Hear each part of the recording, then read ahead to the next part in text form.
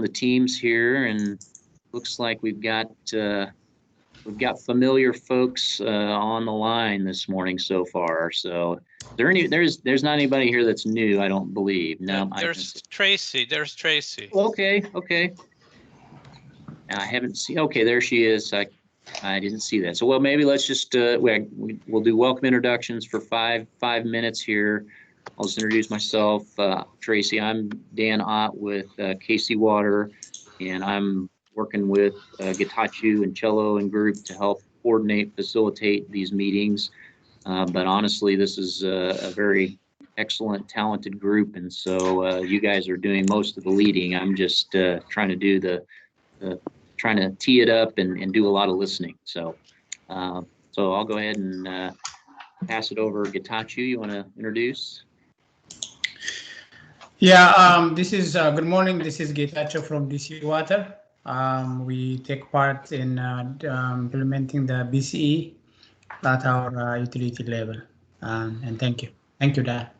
All right. Thanks, Getachew. Let's go ahead and have Kathleen with DC Water introduce.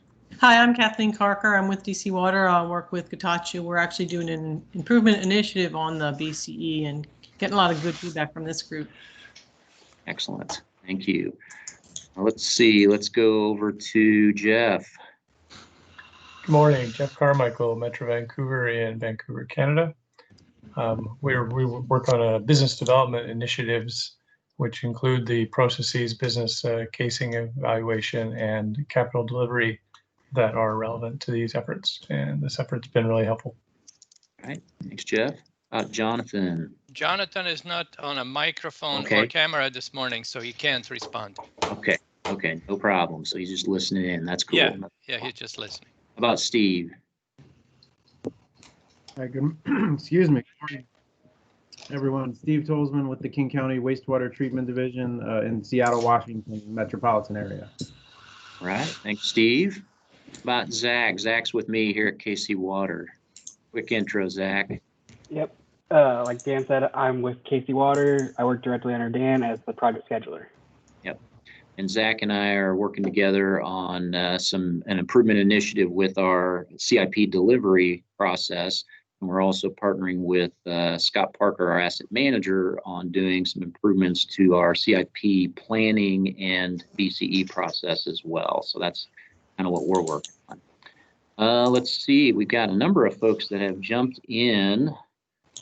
And let's just have some quick intros here. Jessica. Hey, Jessica Desar from Loudon Water in Virginia. I'd missed the original question, but we are in the process of drafting a business case evaluation process, which I'll share with you guys today.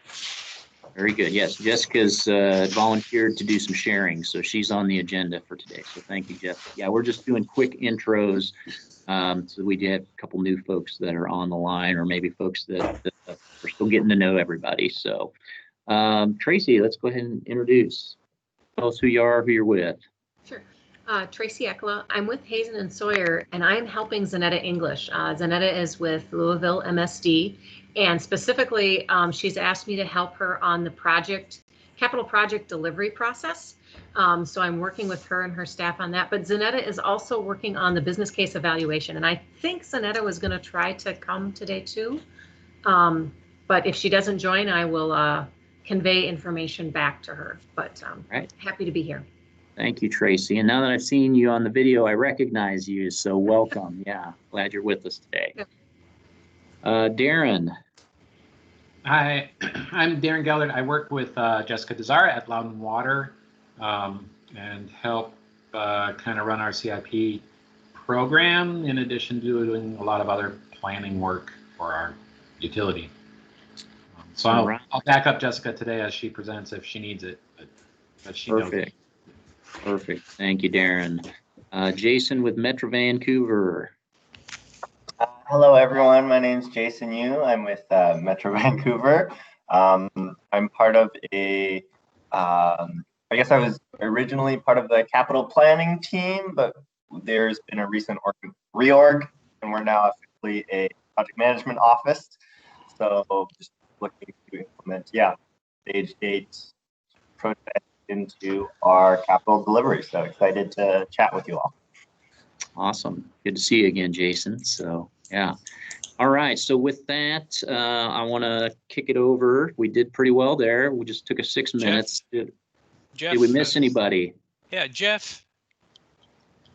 Jeff jumped in, so. And he's busy with his oatmeal. And I gotta say, Jason, Jeff, and I are all on the same boat. They all have white balls. That's right. It's 7:30. That's our West Coast folks, yes. So. Well, and with that, we have, Cello and Scott, of course, as part of our support team on the UAIM. And then we also have with us today Mike Barnett. So glad to have you guys with us. So Cello, I've got a quick thing on Mike Barnett later. Yeah, so yeah, we're all here. We're good. Okay, good to go. All right. Well, today I just teed up for the agenda again. Want to focus on finding time for us to share where we're at, what we've been doing. It seems to have worked really well the last couple of meetings. So I've really kind of blocked out 30 to 40 minutes for that. And we've got two different pieces here. We've got a question on the business case evaluation. So maybe spend a few minutes going around talking about that Kathleen had brought up last week as a follow-up from our conversation on the business case evaluation process at different utilities. And then Jessica's going to share with us where she's at or where they're at with their improvement initiative and some of the things they've developed with their process model for us to kick around and talk about. So with that, let's kick it off with the business case evaluation. So the question was, who are the people that make up your utility's business case evaluation review team? So who wants to jump in to start with that one? Like an icebreaker. Jason, would you mind jumping in to mention the kind of the representation we have on the stage gate process? Because that's the filter for kicking off BCE. That might be useful. I know it includes finance and the major utility departments, but I forget if there's other departments represented.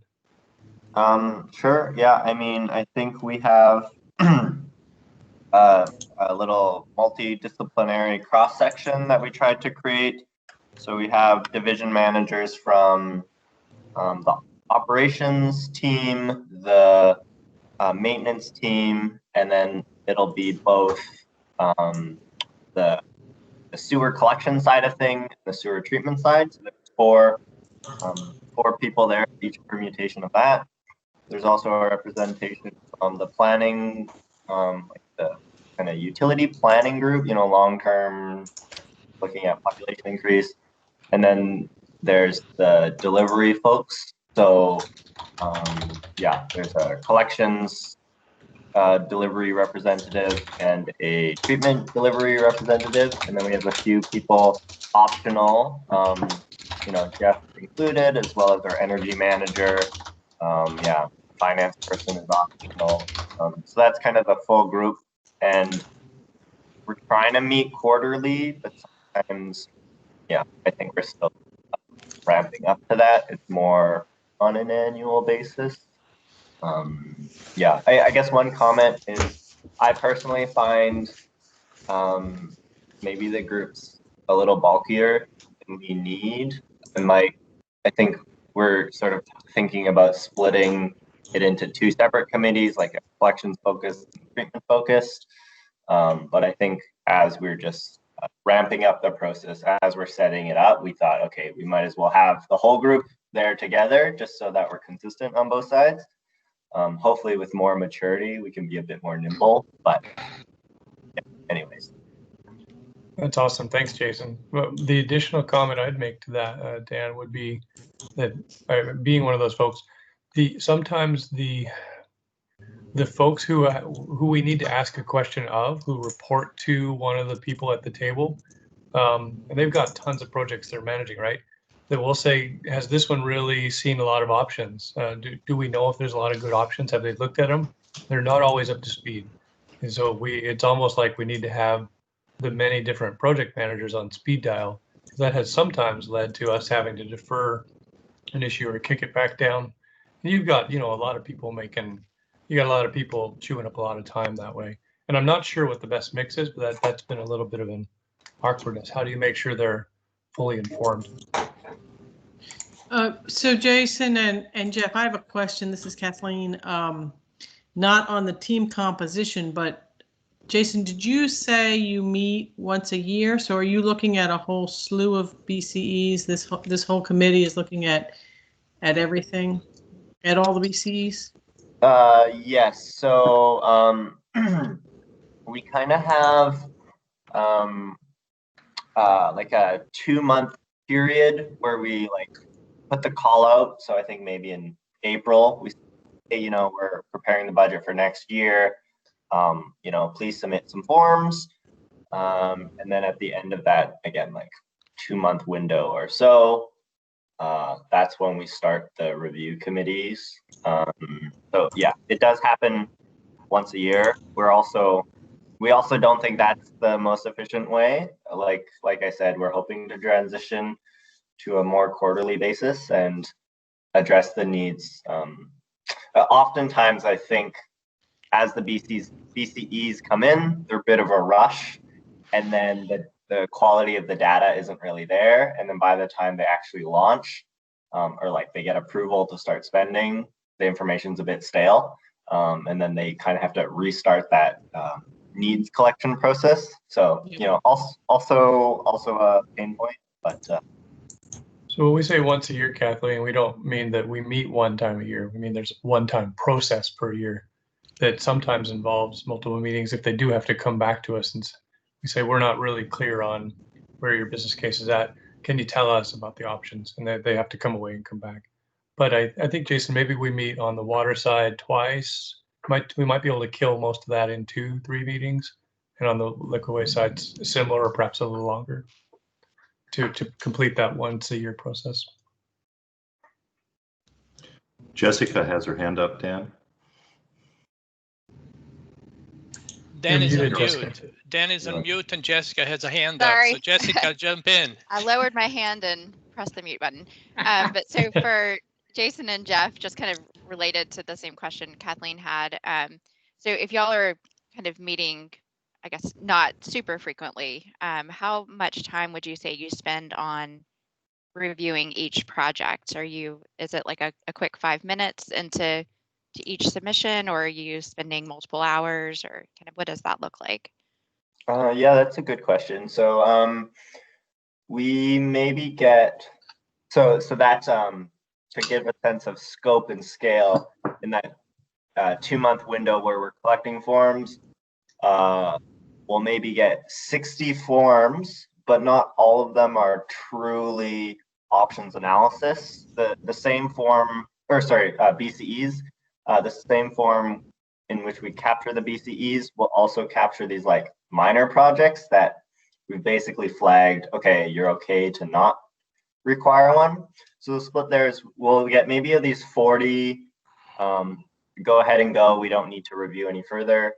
And then there's 15 to 20 of these true business case, quote unquote true business cases. And I would say each form will probably review for 20 minutes. Maybe that's, I think allow for 20 minutes for each form, but like Jeff said, it definitely slows down the process because actual PM or the actual subject matter expert isn't necessarily there. So sometimes the committee raises a question, the division manager is like, oh, I don't actually know. Can we come back to it next week? Like, okay, that slows it a bit. So there could be some efficiencies there, but I would say in general 20 minutes. Okay. That's the team analysis on it. Yeah, I think you're right. The broader process, I think, Jessica, when we send it away, it probably takes a team, say, a day or two to look into what their options are, come up with some cost estimates for that, and bring it back to the committee. That's probably an average, is maybe a day's work. I think the proportion that actually need BCE out of the larger group we look at might be even a little smaller than what Jason was guessing that. That's just my guess. So there are occasional outliers that are massive. I think we did one that had to do with how we meet digester capacity needs. Do we go with a thermal liquefaction or with some kind of a Canby-like process or something else? That took us 18 months to evaluate, but that's an outlier. And that's actually one, Kathleen, I think I'll walk through with the group at some point, because it's not an opportunity, it's a need. You were asking about that last week, but I do think that those kinds are outliers. All right, any more questions for Metro Vancouver? All right, any other utilities that want to share the makeup of their business case evaluation group?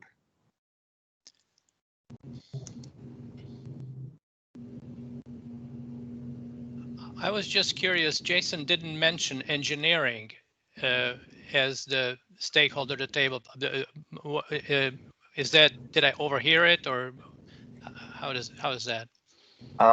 Yeah, maybe I just didn't define my terms, or we're all using different terms, like engineering as the eventual owner, or the engineering as the, like, I guess, like people designing and delivering. So they're basically the key party, and the other ones are more engaged. Is that how you would say it, or? Well, I mean, Metro Vancouver. So, like, the person in operations is like the engineering side of operations. So, like, in the committee, it's mostly made up of engineers. I guess Jeff is probably one exception, but I would say the majority, they're like engineers themselves, but they just represent those functions. Okay. So yeah. Cello, I think what you're asking is, are the designing engineers and the construction engineers at the table? And yes, what he called the capital delivery team, those are engineers. Okay. And they're the people who manage the design and construction of projects.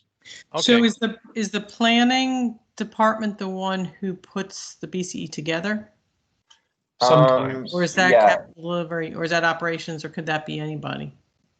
Yeah, it depends on the initiator, depends on the need. Like a growth-related long-term one, they'll put in, like, we need some options around, like, what corridor or what street alignment, so that'll probably be a planning growth-related project. And then, yeah, like, oh, this gate is failing, or, this piece of equipment is obsolete. That's probably a more operations maintenance type request. Yeah. So it's rarely the people who design and construct them. It's usually, if it's small, it's our operations team. If it's bigger and longer term, it's our planners. And I'd lump my group in with the planning side of it. We're not technically in that group, but. Jeff and Jason, it sounds like your engineering organization is basically delivery focused, and that your operational and other groups have engineers in it, but are basically the owner, so to speak, of the the projects until they're turned over to engineering. I think that's a fair assessment. I'd say so. The typical process, Scott, is that we on the planning side do a bunch of conceptual design and feasibility studies, still engineers heavily involved. Then it gets handed over to the design and construction teams. And then Kathleen's question, sorry for not raising my hand, but in terms of overall quality control, let's say of the process, where does that reside in Metro Vancouver? So I would say that's sort of my group, this like capital planning. Well, I'm on the capital planning side of it, but we also have an engineering standards. So they've put together this project management plan, and they're hoping to get the organization more aligned with like ISO standards and OQM certification, and it's helping to manage those that stage gate PMO that I was alluding to, and Yeah, our team, our group also oversees like our enterprise asset management software, which hopefully, when the project closes out, the drawings get submitted to all the asset IDs get loaded into this system. So yeah, I mean, those processes are at various levels of maturity, but that's the plan, is that, our team is sort of overlooking the quality piece and ensuring that, the projects are being delivered consistently, properly documented, all the correct sign-offs are in place. I think that is an important question, Scott, because what I've seen in our internal process is that when we have those meetings, there's not a final decision maker at the table, and that does create some problems. It becomes consensus based, and if we don't reach consensus, Jason and the group he's describing do a great job of running the process and keeping it moving, but no one has been clear who has the final decision making authority. Should his team, or whoever, say the head of his team, be the one going no or yes? So we sometimes walk out of the room with differences of opinion, or often it is kind of a consensus-based model, and that we could probably do a little better on that front to know that someone's going to say, in the end of the day, it's a yes or a no on this one. Yeah, just something to note. Since we're talking about process, I think that's quite important. And it generally works, but I've seen some bumps. Sometimes things get what looks like we've agreed it's a yes, and then they come back and go, well, we just didn't feel like it. So no, we didn't submit anything. And then their boss will go, yeah, we although we all agreed at the meeting, no, we just don't want to do it now. We changed our mind, or we don't agree. And that can create some bumps because there's no one in the room who can force the process to be followed. Yep. Interesting. Well, yeah, thank you guys. That's great, and sparked a lot of good discussion. And so I want to ask a question. So Jessica is geared up to share this morning, and I couldn't remember, Jessica, if you had to leave a little bit early. No, I thought I was going to be late. Okay. I made it. Okay. So, Okay. yeah. Well, we are. I do want to leave you enough time. So if everybody's good, unless you have any final questions for Metro Vancouver, let's shift and have Jessica from Loudon Water, along with her fellow. I'm forgetting who was with you, to also share where you're at with your business process model. There we go, Darren. That's right. Thank you. So Jessica, we'll turn it over to you, and you can lead us through where you're at. Okay, let me share my screen real quick. Yeah, so I have, whoops, wrong thing. So I have Darren Geldert with us. So Darren has been managing our CIP process for many years. So he's got a lot of experience to share as well. So real quick, does this look right, or? Yes. Okay. That's cool. great. Thanks. But yeah, so I'm going to share just kind of where we are with the business case evaluation process at Loudon Water. This is a brand new process for us. We've probably the past 6 to 9 months been going through kind of developing what this might look like for our organization. And so we haven't officially implemented the process, but we have run through a couple of pilot test cases just to see how the process works, so that we can tweak the process and tweak the template basically that we put together for developing these evaluations. So I am definitely extremely open to any feedback you guys have.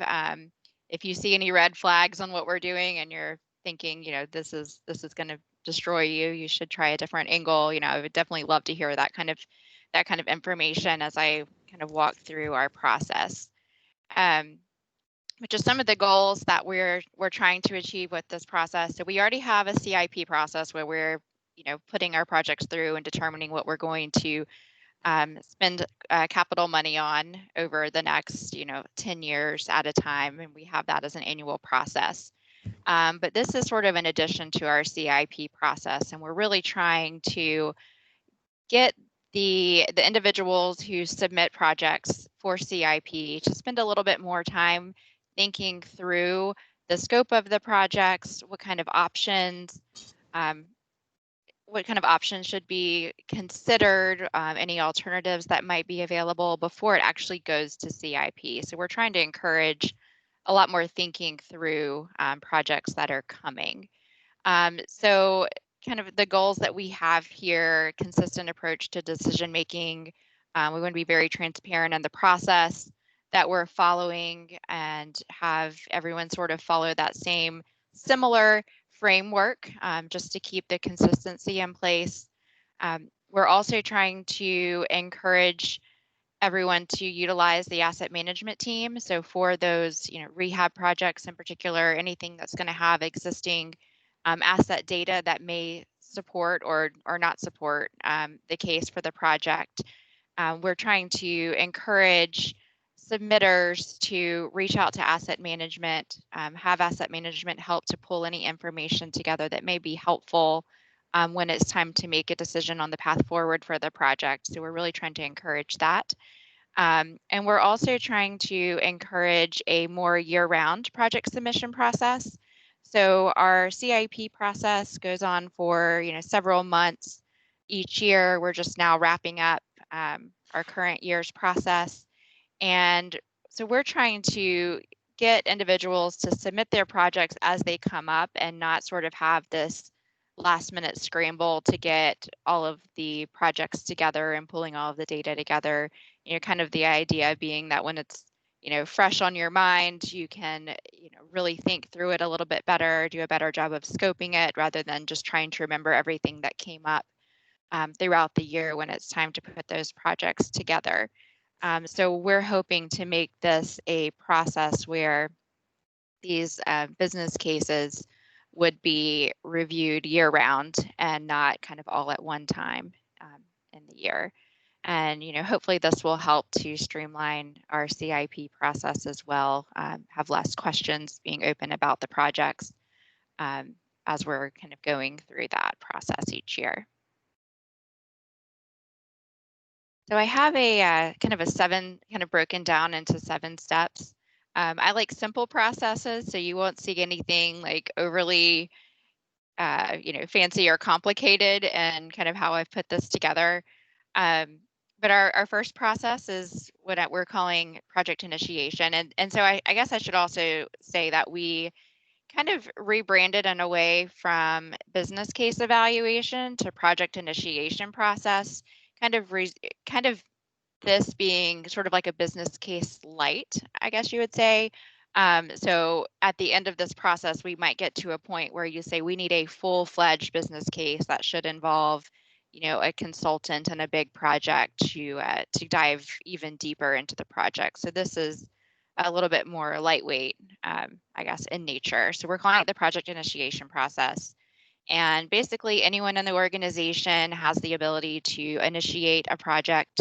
They can do it at any time. So there's not going to be like a project initiation season. So any point throughout the year.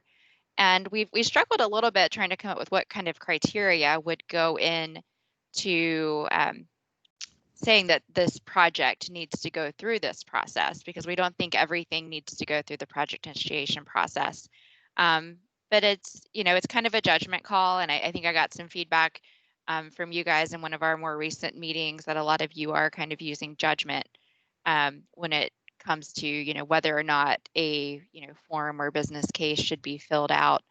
But so our intention is to provide some guidance on things that you should think about when determining if it makes sense or not to follow this process.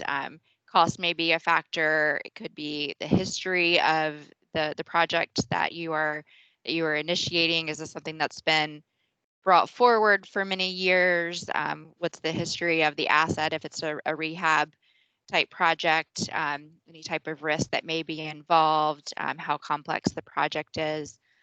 So our intention is to put together some suggestions of what to think about, as opposed to putting very specific criteria on what should follow the process. So the second step, once you've decided to initiate a project and go through this process, we've developed what we're calling the project information form. So this is kind of our business case light. So essentially, whoever brings the project forward would start the form. This form includes various data points related to coming up with what the cost might be for the project, as well as an overview of the project in general. So our overview is going to include, describing the project, what kind of problem we're trying to solve, how is this project driven? Is it a growth project? Is it a rehab project? Is there some other factor that's kind of sending this project forward? What type of project it is? What are our goals? If it aligns with our strategic plan at all, we want to reference that type of information, and also talk about the schedule, if there's a schedule in mind, and what's driving that schedule if it is a little bit more strict. And on the cost side, we're looking at putting together our best estimate, determining if there are other potential projects out there that might be able to be combined with this existing project. So looking at potential writing projects, any additional costs we would expect from an operations and maintenance perspective after implementing the project, and also looking at any type of alternatives and what our funding source recommendation would be. Jessica, is there any review after the first stage before it moves to the second, or does it jump straight to 2? It seems like a lot of your core information is coming in 2. Our core information is starting in 2, and then in our next step, we have the project initiator work with their department supervisor to really firm that type of information up. So we have, then like the initiator should start as much of that information as possible. And then they're going to go to the department leader in the next step here. And they're going to review what the initiator put together. They can help them, work through any issues before it gets, to the committee and to asset management, just to get all of that data in line and make sure they've thought through everything before it moves forward. Does that make sense? Yeah, I can definitely see the review happening in 3. It's a little unclear who's, if and so who are reviewing anything in 1 and how that moves to 2. So that's something for you to think about, just the roles of the various folks who are involved. Okay, yeah, 2 to 3 transition. Yeah, so, with the department leader, getting all of the data kind of wrapped up there, and then also going through and assigning a priority score to the project. So this is going to be reviewed again by asset management before it goes to the team.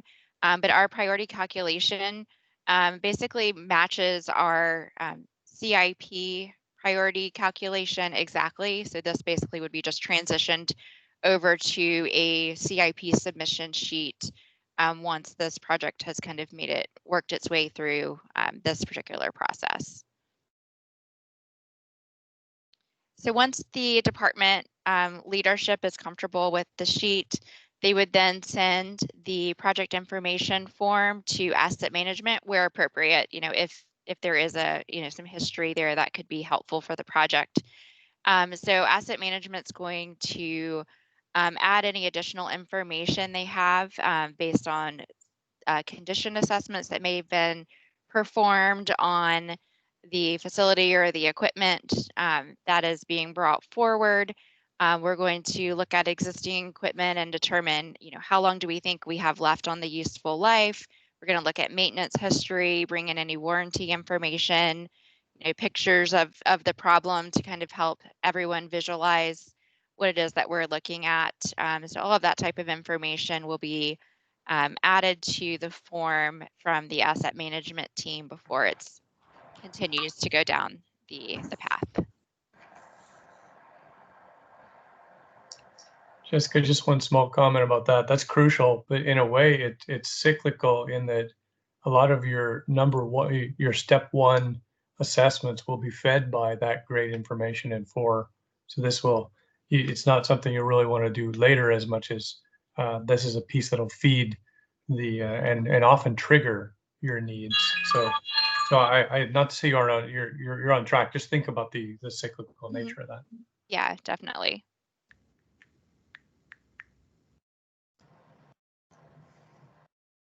So the next step, basically, we've determined that the project form is complete. So the next step would be to submit that form to what we think we're going to call the new project review committee. So we're still working through who the exact representation will be on this committee. We have a team that's been working on the process in general, and I think it's going to closely mirror the team that we have now that's just kind of developing this, but it might grow and change a bit.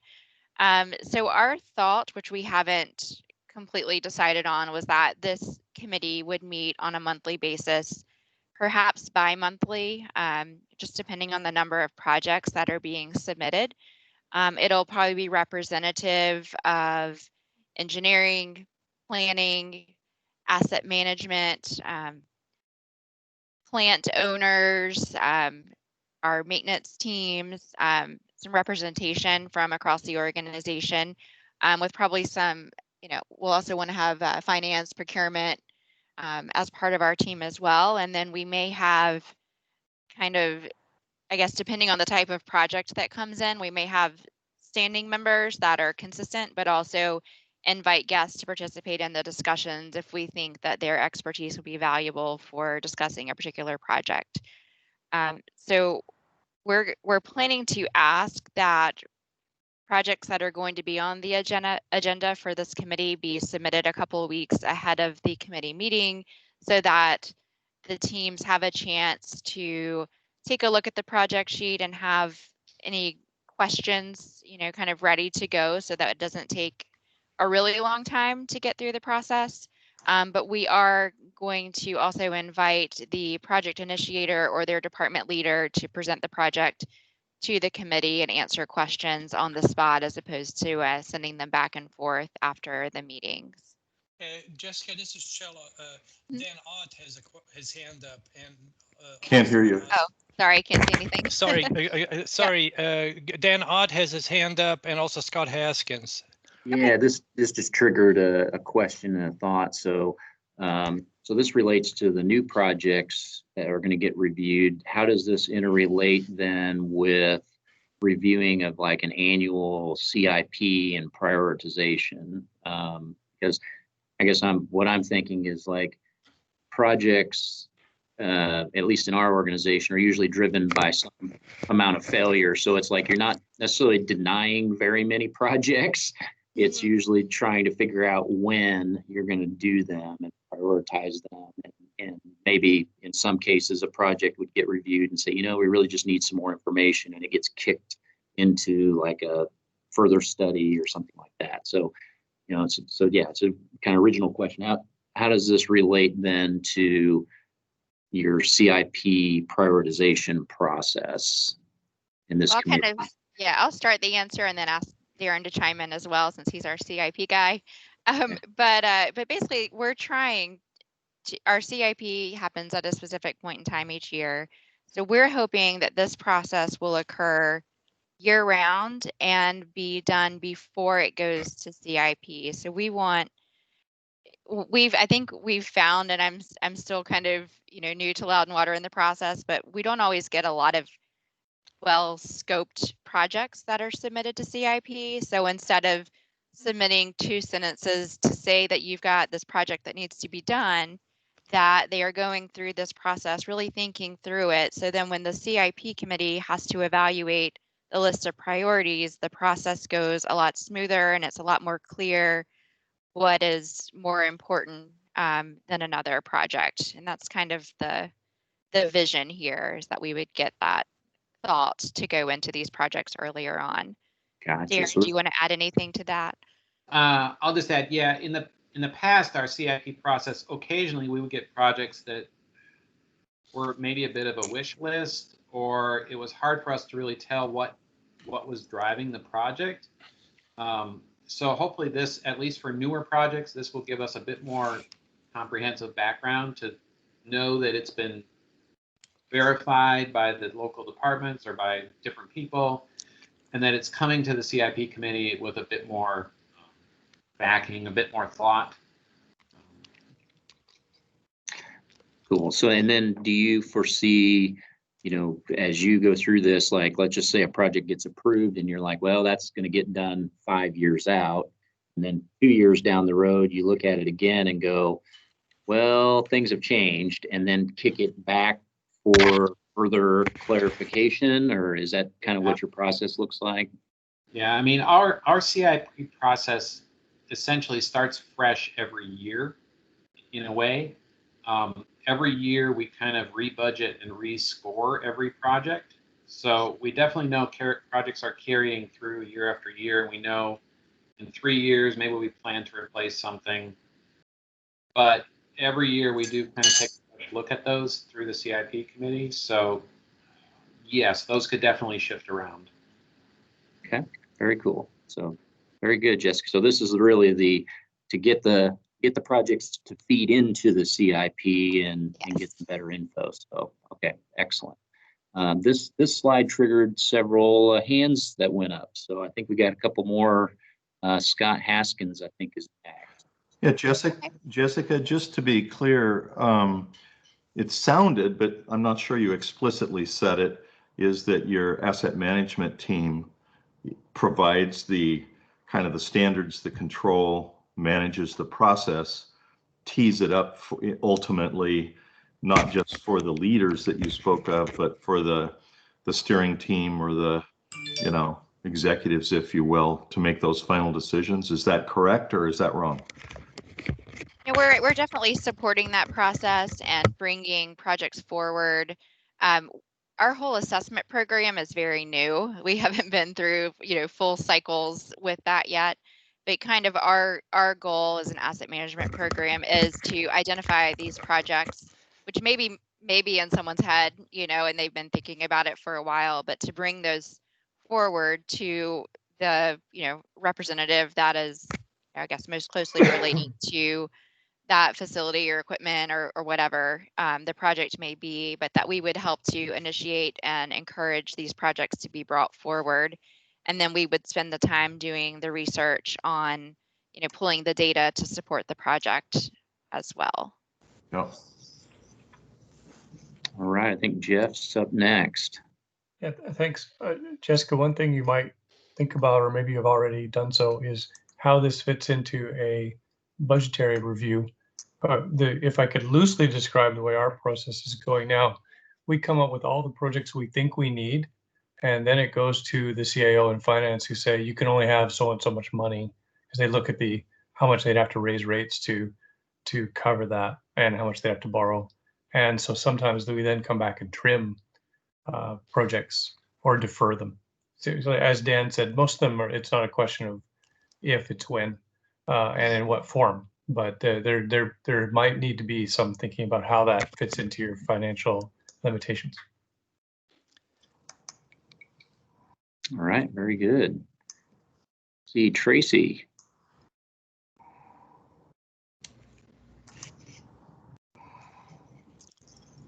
I'm not sure if I follow you, Dan.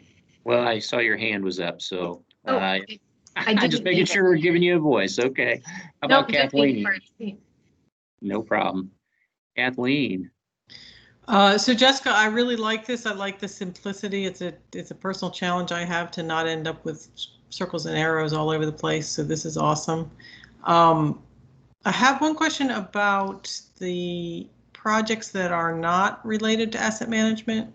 If you have a new process or you need something for growth or something like that, is that just part of the CIP process? And this project initiation is really specifically for renewal of existing assets? It's not specifically for renewal of existing assets, although I think that's going to be the bulk of the projects that end up going through this process. And I guess it depends on the driver of the project. If it's a growth type project, you know, is it kind of a mandatory thing that needs to move forward, or do we have some various options that maybe we could consider using our existing infrastructure. So would you I mean, just like Darren, skip whatever, what was that, like the asset item management part? 3 or asset or Mhm. number 4 or something? Just skip Yeah. that step. Yeah, they would either bring it to us and we would just, nothing to add here, or just skip that step. Great. Thank you. Very good. Well, Jessica, you got about 5 or 6 more minutes, so keep rolling. I think this is sparking some good conversation. Yeah, I appreciate all this information. This is just helpful to kind of think through, because we're not completely firm on our process yet, but we're getting there. So once we've kind of decided as a committee, approve or deny. Approve basically meaning we think this should go forward. Deny meaning, they can take it back, get some more data if we request that. Maybe it's not gone for now or forever, but we're just, we're not ready for it given the amount of information that's here, or the data that we have doesn't really support this project. So we've kind of made that determination of whether or not it's going to move forward at this time. And then kind of the next step here will be, with the data that we have as part of the project information form that's been approved, do we feel that this warrants a larger business case before we decide on the specific scope of the project? Do we need a planning study?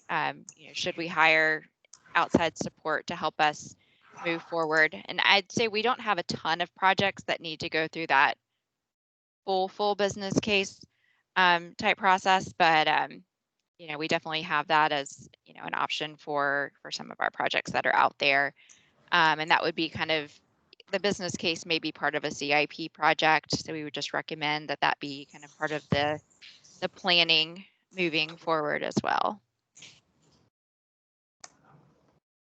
And then basically it's either going to CIP or it's going to be an operations type project that'll get, started as soon as possible.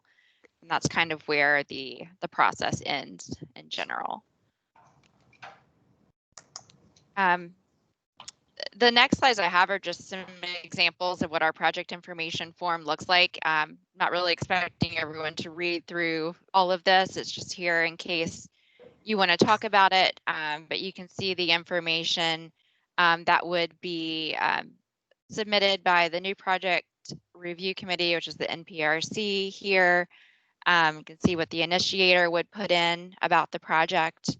And then we've also got our CIP priority calculation identified here, and what the factors are that we are considering when determining what that priority is. And then we've got our asset management section of our form as well, that also pulls from our work order system, CCTV, assessment software, and all of that's kind of combined using Power BI to kind of put together and summarize the results of the asset management data that we have. So we're going to pull any of that information together into the template. If we have any reports, this sample I have up here, we had a third-party report as well with some additional assessment information that we're pulling in. So we're going to basically just take all of the data sources that we have and include that in this form and summarize the best we can, just to make it an efficient review process.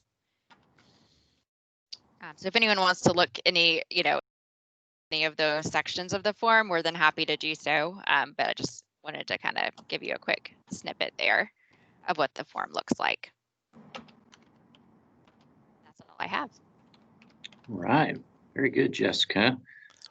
Any closing questions for Jessica? You guys seem like you're off to a great start, Jessica. Thanks for sharing. Yeah, sure. Thanks. We're trying. I hope it's in the right direction.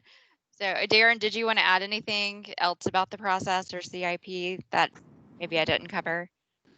I mean, I think you covered this part of it. I'll just note for the general audience, we're a fairly young utility, so the average age of our pipes is maybe 20 years old. So in terms of asset management, we're really building up that division and that group. And Jessica's doing a great job, but it's partly to try and figure out how best to integrate all that information in with our capital program. Because for now, our capital program is largely growth oriented, which kind of has different drivers. And now as we get into replacements and possibly some other initiatives, we're trying to build a better basis for that. So just a little context on where we are. Cool, very good. Well, Jessica, Darren, thanks for sharing. This was excellent. It sparked some good conversation.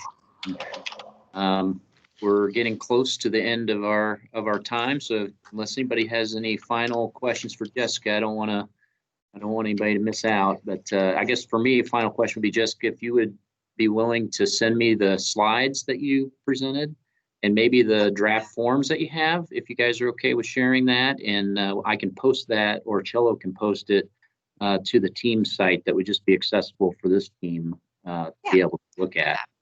Yeah, that'd be great. So with that, one of the big areas that we want to encourage folks, and I also encourage Jessica, you and Darren, is to move towards building.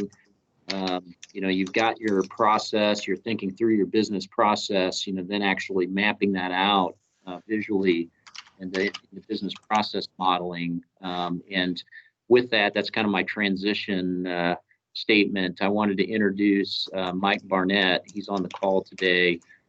He's a resource for this group. So Mike, I want to just do a quick intro. Yeah, sure. Thanks, Dan. I really appreciate it. Those that have been on the project for a while know me. I've been supporting the project to do modeling of business process modeling and using the standard that we've adopted as part of the project, which is the business process model and notation. And like with DC Water and many others, we've made some nice models. What we want to do in the UAIM project is to make sure these models are accurate, that include all the input that you're providing, and that they are of a good quality so that they're transferable. Other people can read them easily and understand them and be able to adopt the work that you're doing. And then there's also and all of that, by the way, will be put into a repository, and everybody can get access to it and be able to see them in a standard way and understand them well. There's also a water sector value model, which is kind of a reference model that we're putting together for water utilities. And that's an aggregation or consolidation of all of the models in different areas, so that, given utility, you can imagine somebody joins the team and they want to know, okay, what can I learn? They can go to this repository and this water sector value model, and they can see what, how it all makes sense together as a whole. So I was engaged in this project to help with that business process model and notation. I have some background in water and wastewater utilities, but don't work specifically in that area. I focus on the business process modeling itself. You guys are the experts, and I'm here to support you. So let me know if you get into this, you want to know more about it. We have a number of documents. We have guidelines. It's not hard to understand. It's pretty simple. It's very straightforward. I can tell you about some tools that you could use that will streamline your efforts and get us to where we want to be, that repository of a set of business process models that represent what you're teaching us. So thank you, Dan. Yeah, thank you, Mike. So yeah, I just wanted to make sure everybody had a chance to meet Mike and to know that he's a resource for our team as you are moving towards putting together kind of process models and leveraging him and him and his expertise in that way. So Scott, I see you have your hand up. You had a follow-up comment. Well, just to follow up with Mike, and maybe it's obvious to everybody, but there's not a complete one size fits all for everybody. We developed as a team a business process model, which we all felt real good about, but the idea of now tailoring the application to specific, whether it's Loudoun Water or Metro Vancouver or Kansas City or anybody else, King County, anybody else, that there would be some variations. It's just that this business process modeling methodology can be used to document that process, and it's going to make everybody better off and future participants in the project better off. Program and the movement better off too, because they can see all these great examples. Yeah, good point. And the methods and the guidelines we've created do address that specifically and allow you to specialize it for your utility. Awesome. Very good, guys. Well, we've just got a couple of minutes left. So again, thank you to Jessica and Darren for volunteering today. So next meeting, I'd be glad to get some recommended topics for next meeting related to their CIP planning, business case evaluation, or CIP delivery. And particularly if you've got some models that you've put together or that you want to share, would love to be able to see that and start sharing those with folks as well. So I heard we had one group earlier in the call said they might have something they want to share at a future meeting. So I'll kick out an email again requesting volunteers like I did before, and also ask if there are other topics that folks are particularly interested in hearing more about. And then I also want to let folks know I did get a note from Stephen Sechrist from Gwinnett County, and he shared a draft, or it may be actually their project scoping workflow. And so I will send that out to the group, and I followed up with Stephen to see if he's willing to present at the next meeting. But also be glad to get some more volunteers so that we can keep it going. So any final comments or thoughts here in the last couple minutes? Dan, do you think more case studies would be of some use? I was thinking just another 5 minutes on something following up on what Kathleen said, which is something that's not opportunity-based, but is needs-based. Yeah, absolutely. Okay. I'd be glad to throw something together. I'm thinking just like 5-8 minutes. It might be concise. It's an example of the big kind you rarely need, but it might be worth a quick walkthrough because it stretches beyond the BCE into some of the other regulatory challenges, and that's the real world where those happen. Yeah. And I've noticed with this group, you can give a 5-minute, throw the meat on the table, and then you got people jumping in and get some conversation going. So so any case studies are welcome as well. Cello, any words of wisdom before we close out today? I just want to thank you, Dan, for getting all this stuff going, and Jessica for the presentation, and everybody for participation. So I'm going to stop recording now.